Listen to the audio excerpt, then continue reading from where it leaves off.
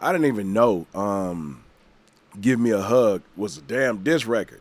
And I'm sitting up here saying, man, when we got, I think was it 14K? When I was like, man, I dedicate this to y'all, give me a hug. And then I look up, this nigga talking about, man, the diss explain. I'm like, God damn, shit. Man, his shit be subliminal than a motherfucker, but at the same time, you know what I mean? This dude, hey, man, shout out to What's the Dirt, dude, because of him, I'm able to understand what all these disses mean. And he explained the shit very well, bro.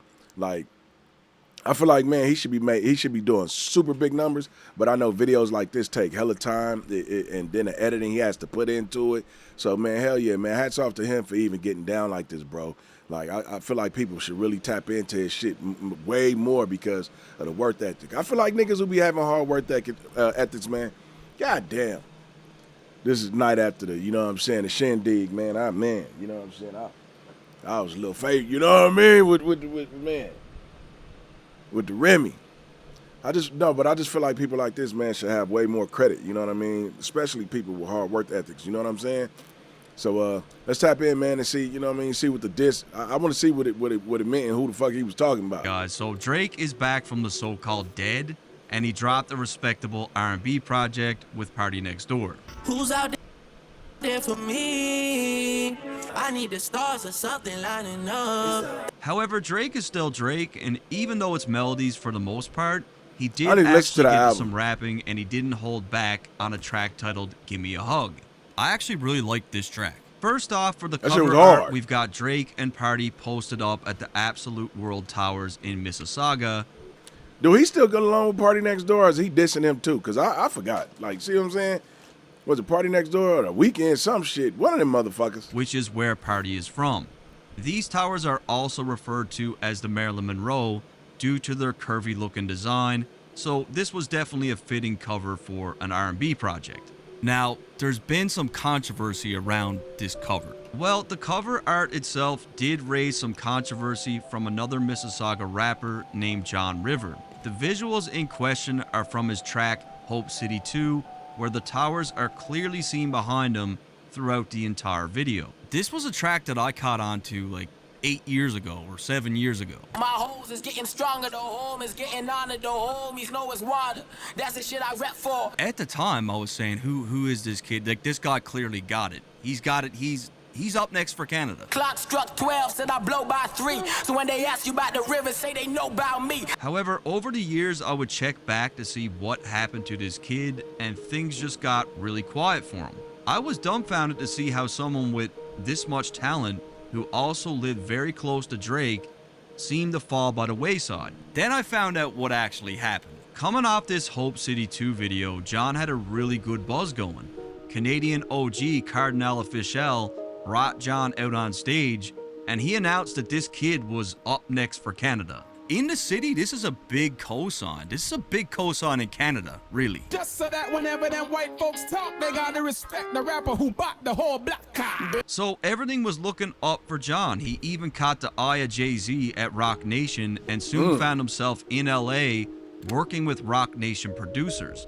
But then tragedy struck John. John suffered from a CSF brain fluid leak where he lost 100% of his vision, use of his legs, damn. and he essentially lost the ability to do everyday normal tasks. He was man, this close. fuck. He was really close to living out his dreams, and then Fuck. everything stopped. For the first year, he was pretty much stuck in bed and he wasn't allowed to lift anything over 5 pounds. Damn. He then suffered a vocal cord injury, eardrum ruptures, he fell and had a really bad concussion, all kinds of health issues, and doctors told John it would take 7 years to recover. The reason why I'm even Damn. sharing this is because I started talking to John back in 2024.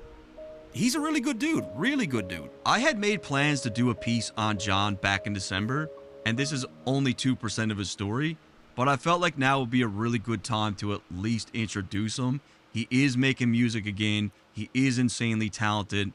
I'm going to leave his YouTube channel and his socials in the description. Now the question is, did Drake and Party steal this idea? Well, John recently took to IG, and in a series of posts, he explained his side of the story and how he felt about Damn, it. 7 He years to allegedly does recover? have a history with Party Next Door. They are from the same city, and by all accounts, John was the first person to feature these towers in a hip-hop music video.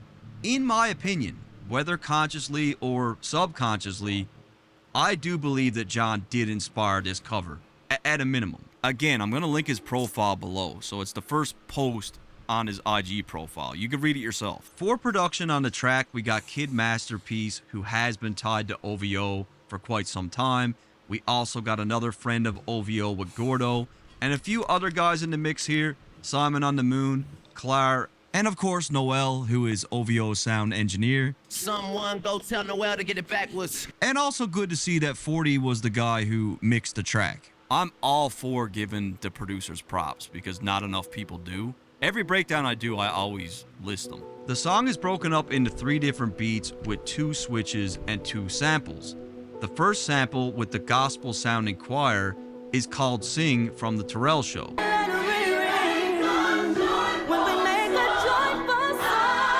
For Drake's track, the words that we're hearing is "When we make a joyful song, I know where I belong with the Lord guiding me," and that simply loops throughout the first beat. The sample heard at the end of the track is "I Miss You" by Aaron Hall. Sampling, Hey, that was my nigga right there, bro. That nigga, all hey, amazing. he the one got me into dogs like hella crazy. You know what I'm saying? I wouldn't say he got me into dogs because I had dogs before I met Aaron Hall. But that motherfucker used to come to the record shop full of fucking dog hair. And I'd be like, damn, what the fuck going on with this nigga, man? That nigga showed me the shit to feed my dogs, how to get their coats right, man, how to train them, everything. So, yeah, shout out to Aaron Hall, man. You know what I mean? I don't know what he doing right now, but yeah. Man, he was a cool motherfucker, man. On this project. Drake elimination, fake intimidation. So Drake starts off here right out the gate referencing Kanye from an interview when he talked about the group effort to eliminate Drake. You know, everybody was very, very excited about the elimination of Drake. Not excited, we was energized. Now, Drake could also be alluding to Fucking his wrong with ongoing Kanye, man. issues with UMG, as according to him, they conspired to eliminate him as well. I believe Drake sees UMG as the real enemy. Like, that's his biggest enemy.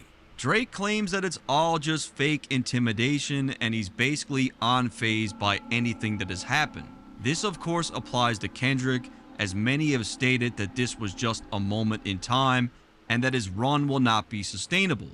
Then there's the Yo, I know I see some of y'all Kendrick Lamar fans like, can't believe you from the West and you don't listen to Kendrick. Didn't say I wouldn't listen to him, just said I just didn't listen to him. Like, I wasn't, you know what I mean, I wasn't into, like, that type of music. Like, you know what I mean, metaphor, and you know, I wasn't into that shit, homie. You can't be mad at me.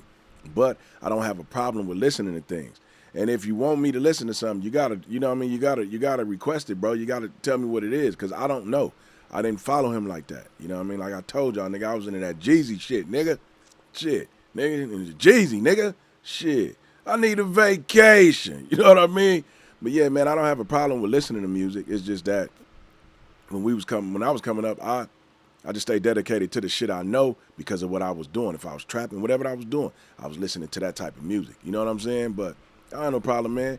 I'm open ears, bro. You know what I mean? lawsuit itself, where it's alleged that Kendrick used bots and was getting a push from UMG, and even the Super Bowl itself is reportedly decided by a person who dislikes Drake, and that's Jay-Z.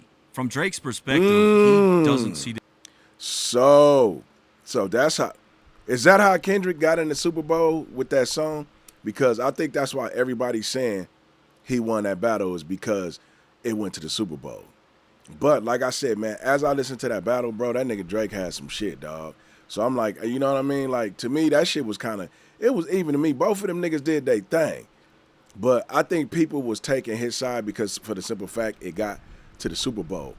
And then when you think about it, Jay-Z not liking that nigga and Jay-Z a part of the NFL, okay, I understand. this as legitimate. It's fake intimidation. Like, Kendrick had a lot of help.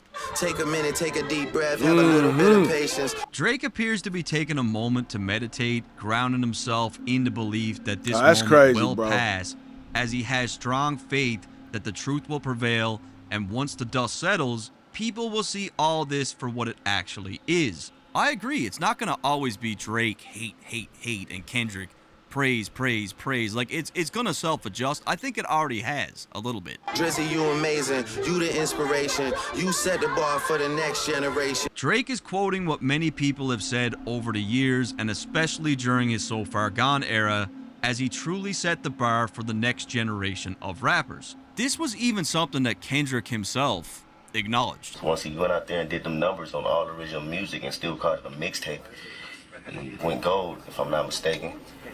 What that did was grab attention from all independent artists and letting us know, yo, you have to compete on another level now. The minute Drake dropped So Far Gone, you know what I mean? The game instantly changed. And Look, whether you agree with So Drake's Far Gone, influence okay. on music, like whether you like it, like what he's done, it's still undeniable. Question. Now, So Far Gone, is it 2 editions? Is it the Scary Hour edition and it's a regular edition? If so, should I listen to the Scary Hour edition? Because I know y'all said that's when that nigga flowing like a motherfucker. So I don't know. Like, I'm kind of confused a little bit. But I know y'all break it down to me, man. That's why I fuck with y'all so heavy, dog. You Neo in the Matrix. These niggas just Nemo in the ocean. Small fish making kids feel emotion. Drake compares himself to Neo from The Matrix, which is a layered line because according to his lawsuit, he was up against much bigger forces than just Kendrick. I always gotta stress that Drake is actually really good at these types of references. Neo was just a regular guy living as a regular person within the Matrix, which is a fake world created by machines to control humans. When Neo discovers the truth and is deemed as being the one, he escapes and fights to free humanity, and he ultimately sacrifices himself to allow humans a chance to escape as well. There's definitely some parallels with respect to the lawsuit. If Drake is Neo, then the music industry is the Matrix because this is where all the manufactured streams, bots, and illusions take place to make up that entire facade. Just like Neo, Drake was once a regular guy who signed a record deal and he lived inside the system, ignorant to the fact that everything was fabricated. When Drake first came in, he was just happy to have a deal. He didn't know anything about the music business, really. Just like most of the people living in the Matrix, artists signed to these labels are not in control and are often completely unaware of what's even taking place. I would say 98% of the artists signed by these labels don't have the sweetest clue as to how the machine is really, really working. However, in the movie, there are some people who live in this fake world and they know damn well that everything is all fake, but they prefer to stay in it because it's comfortable. The artists that know about how all this works, like the 1%, those are the artists who are benefiting from this shit the most. They're the last people that'll ever expose it. In the case of Drake, if anyone knows how this machine really works, it's probably him. So calling himself the one actually kind of makes sense. Much like Neo, with this lawsuit, Drake is sacrificing himself, which will potentially help current and future artists. Now, to be fair, we don't have a clue what Drake's been really going through with UMG over the years. We have no idea. Of course, Drake's setup from the previous 2 lines also perfectly ties into this 3rd line where he claims to be Neo. They're more or less telling Drake, like, you are the one, bro. Like, you changed a whole generation. You're amazing. Drake also claims that his competition are small fish like Nemo in the ocean, the clownfish from the Disney movie. In the movie, when Nemo is in the ocean, his every move is controlled by his father Marlin. Drake is claiming that these guys are all small fish as they are living their lives in a controlled setting, one that he has decided to break free from. Using you for promotion, true words That have never nigga, been boy. spoken. This line actually has quite a bit of depth as most of the artists that turned on Drake were once people he helped. An artist like Kendrick could have used Drake for promotion in the beginning of his career for features and of course the Club Paradise tour. However, by Kendrick now dissing Drake, one could argue that he used them for promotion again, but in a different way. This applies to most of the people who went at Drake, as he gave them all a boost at one point or another. Future and Metro's album gained a ton of traction off the strength of dissing Drake, and then I think of people like DJ Khaled, who literally structures his entire rollout by claiming that he has a Drake feature. Did the Drake vocals come in yet? Aside, did the Drake vocals come in yet? And I felt like Khaled was a perfect example of Drake really seeing things for what they are. This guy's got 2 Drake songs on it, okay, 2. Khaled promoted a recent project claiming that he had 2 features from Drake, and Drake clowned him and said it must be Drake Bell. It seems pretty clear that Khaled probably did not keep up with Drake, even through this past year, which was a tough time for him, and Khaled revealed his hand. I'm sure over the years Drake has wondered, I wonder how many of these dudes are really fucking using me. Niggas wanna see Rip me on a t-shirt like I'm Hulk Hogan. They all was. Drake refers to Hulk Hogan's infamous t-shirt ripping stunt while alluding to the fact that people want him dead and on a shirt. Coincidentally enough, after the beef with Kendrick, there were some rest in peace Drake shirts going around. There's also the fact that even though Hulk Hogan is the most iconic wrestler of all time, he's also arguably the most hated. I appreciate the fans rocking with me. This is really just a small token. Really fucking with a visionary. So Drake is thanking his fans for sticking by his side and riding out the storm. He's given back this music as a token of his appreciation. It's here where he's positioning this album itself as just something that he's doing to feed the audience to scratch the itch as the best is yet to come.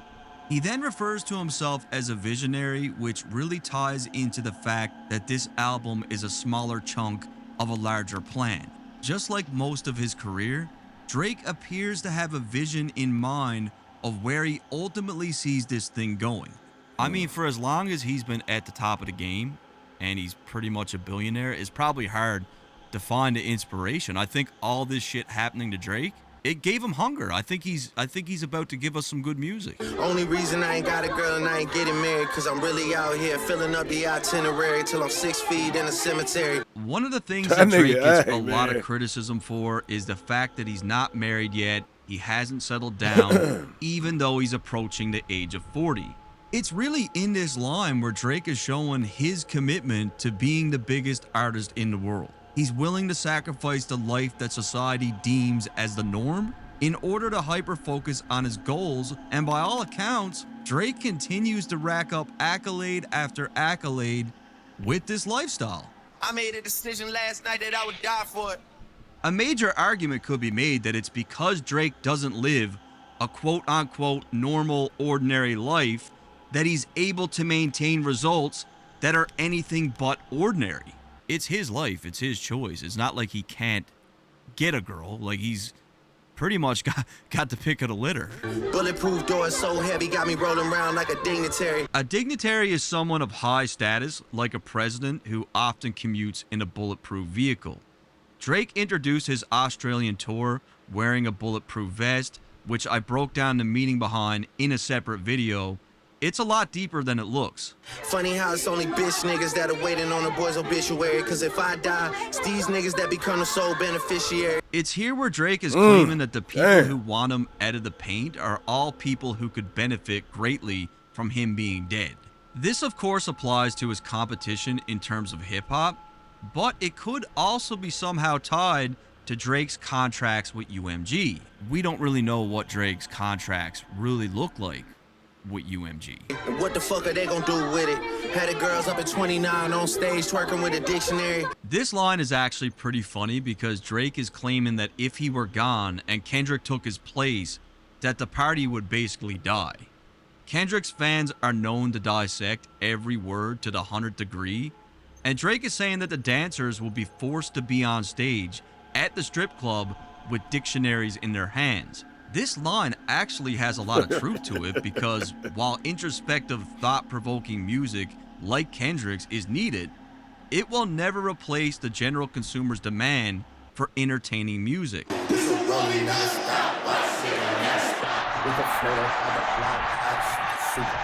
That's why both styles can coexist. Not everyone wants to live inside of a puzzle, and from the very beginning, hip-hop was actually all about who could rock the party the best and who could get people out on the floor dancing. Hip-hop was born at the party, literally. Yeah. Now, some people might not like where it's evolved to, but party culture is very much a part of hip-hop. Like, the social activism and the commentary, That came much later. Like, the party MC has always been there. Dirk's boy told me Marvin's Room was his favorite song. He was drilling to it. Drake hits a double entendre. He talks about how his R&B smash Marvin's Room was one of Lil Durk's friend's favorite tracks. He claims that Durk's friend was drilling to it, which is a popular subgenre of rap in Chicago known for its violence. However, the word drilling is also used in the context of having sex, like saying, I was hitting that, I was pounding that. Basically, Durk's friend was fucking to the music. There's also the fact that the late King Von, who was a really good friend of Durk's, once tweeted out Drake's lyrics from Shot For Me, which was another one of his big R&B records. This was something noted by the Twitter user Aubrey's Attorney. First I made you who you are, and then I made it. Drake does this to demonstrate that his music connects with people from all walks of life. It resonates with everyone from suburban white kids to kids who grew up in the most unfortunate of circumstances, like kids who grew up in Chicago's O Block. 1,000 niggas rapping murder shit and like 10 niggas that'll really do it. So, coming off his last line where he references Durk, as we know, he was allegedly 100% about that life, as right now he has an ongoing case. Drake is basically saying that out of all the people who are talking shit on wax, most of them are nothing like this in real life. Savage, you the only nigga checking on me when we really in some shit, brother. It's here where Drake is letting the world know that 21 Savage is actually loyal. This perfectly ties into the previous line about how a lot of rappers talk shit but aren't really about that life. That's why I don't think this line is about rap beef or anything to do with hip-hop. I think he's saying 21 is the only one that will actually check in when he's really, really in some shit. I think he's saying that 21 is the only real dude out of that whole circle. Like, he's the only one who's really going to hit up Drake no matter like what's going on. Melissa Ford, you a legend from the States. Hate to see you with a dick sucker. So Melissa Ford is a former video vixen icon from Toronto, and she also speaks pretty favorably about Drake, as she is a cast member on the Joe Budden podcast. However, Joe and Drake do not have the best relationship. Hate to see you with It's a dick been pretty sucker. off and Okay. on, and lately it's been all bad, and it's here where he calls Joe a dick sucker. Joe is still an MC at heart, right? When he hears a record like this, his MC brain is turned on. Shit. He's thinking about what to write. He's thinking about going in the booth. Like, Joe had more beefs than any other rapper, and Drake would admit himself. Drake knows damn well that Joe could be lethal. However, this Aaron Hall sample is interesting for a couple reasons, as both Aaron Hall and Joe Budden are connected to another video vixen, which is Gloria Velez. Now, allegedly, Aaron Hall started dating Gloria when she wasn't of age. In the case of Joe, Gloria is actually 2 years older than him, and at the time, people were impressed that Joe was even able to get her. In a 2005 interview, Gloria also went on to state that Joe was physically abusive to her, even going as far to compare him directly to her baby father, Aaron. That's crazy. This ain't the only person said this shit. That other one he was with said the same Aaron shit. Hall. Of course, this is all alleged, and this could also be a reach, right? Like, it really could be. Tell Mike that the ceiling's too low and booby. How we supposed to throw 100? So this is another strip club reference, where he's referencing Booby Trap in Miami, which is a strip club that Drake has mentioned before. Mike is the director of security for this club, and Drake is more or less saying that the building ceilings are too low. Drake is throwing so much money at this club that it's stacking up on the floor until it gets to the point where it's at the ceiling, and there's no room left to throw any more hundreds. Fuck on red beef, I'm trying to get the party lit. So Kendrick made claims that it's time to watch the party die on a more recent untitled track, where he criticizes materialism, excessive partying, violence in hip-hop, and he promotes things like education, religion, etc. While these messages are absolutely needed and very powerful, Drake knows that people still want to be entertained. Kendrick's discography isn't exactly the definition of turn on some Kendrick to get the party bumping, and the consumer still has a demand for these records. Believe it or not, even after the beef with Kendrick, nightclubs and strip clubs and dancing and partying and having fun all still exist. All of this music has a place, and Drake is really playing the villain, as countless media personalities and YouTubers have criticized Drake for this exact same music.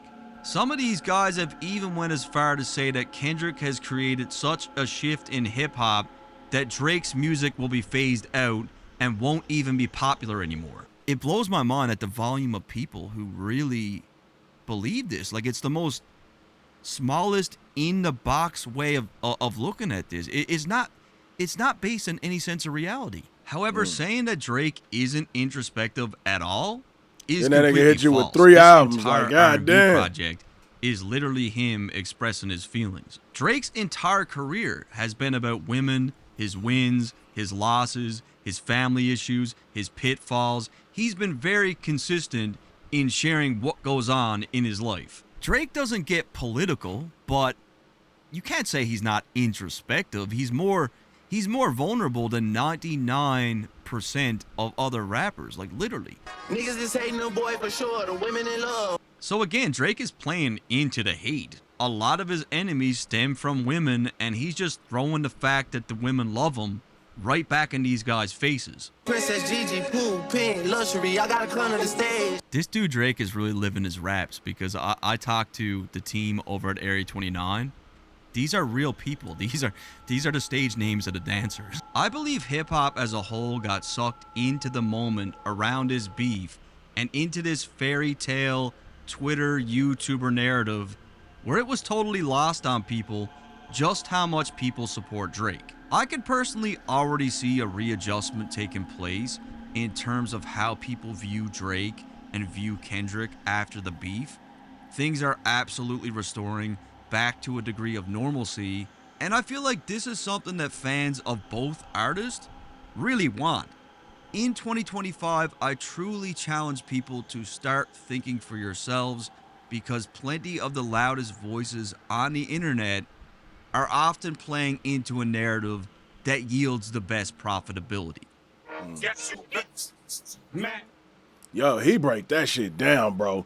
Like, man, look, you know what I'm saying? Like that, like I know when I'm interested in some shit, because I go keep looking for shit. Like, I definitely want to see the Iceman breakdown. I don't know if he had that on his channel yet, or like, you know what I'm saying, like the Every Iceman Diss Explained or whatever. But yeah, definitely got to check that out, man, because I definitely want to know with Iceman, because I know y'all was saying, he's sending shots at a lot of people on that project. So I definitely want to know, man. That's something I'm very, very interested in, because that's going to take me back to go listen again. You know what I mean? But, man, shout out to everybody who been rocking with the channel, man. Thank y'all, bro. You know what I mean? For lifting the channel up, man. And I'm going to lift y'all up in spirit. So, hey, man, do me a favor. Hit that button. It don't cost you nothing to subscribe. Abuse the comments. Run the likes up. Hey, tap that bell notification. That's going to keep you in tune with all the latest content I drop. And if you like this video, look up on the screen, man. It should be 2 others that I did from What's the Dirt about Drake, or, you know, it should be the battle between them 2 or whatever. But other than that, man, I'm going to catch y'all on the next one. Peace.